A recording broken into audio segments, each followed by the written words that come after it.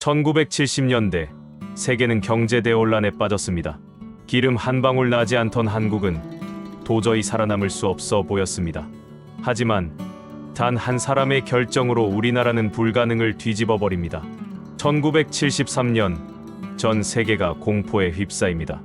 오펙이 석유 공급을 조정함에 따라 국제유가는 단숨에 4배로 폭등하면서 산유국인 중동은 달러가 넘쳐나고 비산유국은 고통 속에 허덕이게 됩니다. 한국도 예외가 아니었습니다. 경제는 가태동했고 수출보다 수입이 많던 시절 달러는 바로 생존을 위한 산소와도 같았습니다. 한국은 아직 중장비도 부족했고 현장 경험도 국제 경쟁력도 미약했습니다. 1973년 석유 파동 이후 중동 국가들은 달러를 주체 못해 그 돈으로 여러 사회 인프라를 건설하고 싶은데 너무 더운 나라라 선뜻 해보겠다는 나라가 없었습니다. 우리나라에도 의사를 타진해 왔습니다. 대통령의 지시로 관리들을 보냈더니 2주 만에 와서 너무 덥고 물도 없고 현지 환경이 도저히 공사할 수 없다고 대통령께 보고를 합니다.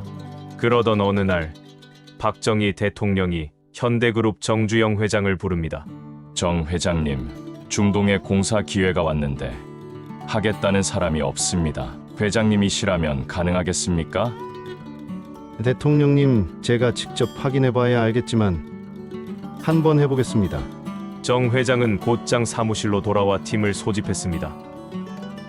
중동이 덥고 물이 없다는 거? 좋아. 그럼 우린 덥지 않은 시간대에 일하고 물이 없으면 물을 들여오면 되지. 그는 중동의 기온 분포, 강수량, 지질, 물류 시스템, 그리고 항만항공 운송 가능성까지 샅샅이 조사를 했습니다. 특히 그가 주목한 건 2가지였습니다. 첫째, 기후. 1년 내내 비가 거의 오지 않는다. 그럼 공사를 중단 없이 밀어붙일 수 있겠군. 둘째, 유조선. 우리가 석유 수입할 때 쓰는 유조선, 그 빈 배에 물 실어 보내면 되겠는데. 이후 자재 수급 문제, 모래자갈 분석, 철강 운송비까지 분석을 끝낸 정 회장은 청와대로 다시 향합니다. 대통령 각하, 제가 보기에 중동은 이 지구상에서 건설하기에 가장 좋은 장소입니다. 뭐요? 비도 거의 안 와서 365일 내내 공사 가능하고 건설에 가장 필요한 기초 자재인 모래와 자갈은 그냥 널려 있습니다. 부족한 물은 유조선에 실어서 가면 됩니다. 그럼 더위는 어떻게 합니까? 그거야 간단합니다. 천막 치고 낮에 자고 밤에 횃불 켜고 일하면 됩니다. 박 대통령은 그 자리에서 비서실장을 부릅니다. 이 회사가 중동에 진출할 수 있도록 정부가 할 수 있는 모든 걸 지원하시오. 그날 이후 한국건설사는 중동 진출을 선언하고 수많은 인력을 준비합니다. 낮에는 쉴 틈 없이 무더위에 대비했고 밤에는 사막의 횃불을 밝혀가며 거대한 프로젝트를 밀어붙였죠. 사우디, 쿠웨이트, 리비아, 이란, 그 이름도 낯선 나라에 한국인은 국기를 꽂기 시작합니다.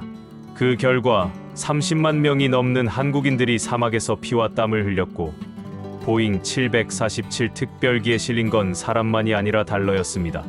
그 달러는 다시 한국의 산업을 키우는 종잣돈이 되었고 현대, 대우, 삼성 같은 기업은 중동에서 날개를 달았습니다. 중동 사막을 뒤흔든 남자, 정주영. 하지만 그의 뿌리는 시골 농부의 아들이었습니다. 사람이 흙을 버리면 안 된다. 나는 언젠가 다시 땅으로 돌아가고 싶었소. 은퇴를 앞둔 정주영 회장은 한 가지 마지막 꿈을 준비하고 있었습니다. 그가 선택한 곳은 충남 서산 앞바다. 서울 여의도의 무려 33배, 약 1억 5,500만 평방미터로 4,700만 평의 바다를 육지로 바꾸겠다는 전무후무한 간척 사업이었습니다. 하지만 정부도 다른 기업도 손사래를 쳤습니다. 수지 타산이 안 맞는다. 파도도 세고 땅도 질다. 이건 망하는 길이다. 그때 정주영 회장이 말합니다. 간척은 땅을 새로 만드는 일입니다. 땅은 후손에게 물려줄 수 있는 가장 값진 유산입니다. 정 회장은 청와대를 찾아 박정희 대통령에게 이렇게 말합니다. 대통령 각하, 중동에 있던 중장비들을 국토 확장에 투입하겠습니다. 일자리도 만들고 우리 현대도 숨을 돌릴 수 있겠습니다. 대통령은 잠시 침묵하다가 말합니다.